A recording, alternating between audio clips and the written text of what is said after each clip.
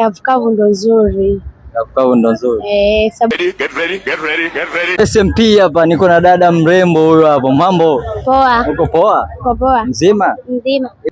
Nataka utoe ushauri kwa wale wapenzi wakija kukutana kwenye tendo la ndoa.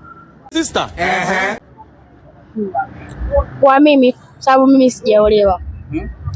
Pia mimi kwa mimi nikikutana na mpenzi wangu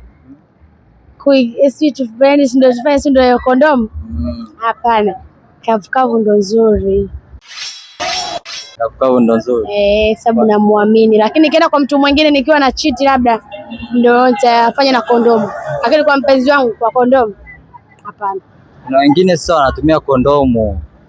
Mimi kujikinga. Sasa unamwaminije yule mtu ambaye labda ndio umekutana naye leo pap kakutongoza ukakubali, alafu kwenye kukutana mkaenda kavukavu? Siwezi kuamini. Sababu ndio kwanza tumekutana siku ya kwanza. Kwa hiyo kwanza ndakwambia tusifanye tu na nini na kondomu. Hivyo hajawahi kutumia kondomu, anataka kavu. Basi mimi nitaondoka zangu, kama ndo alinipa nitamrudishia hela yake na mimi nitaondoka. Kwani lazima upewe hela? Mwingine ukutana naye atakupa hela. Atakwambia labda wewe utaki nini, utaona kama mimi nakuona kama malaya, atakupa hela. Kwa hiyo sasa mimi nikiona bila nataka kufanya na kondomu, nitakurudishia hela yako nitaondoka. Kutana kwenye comment hapo.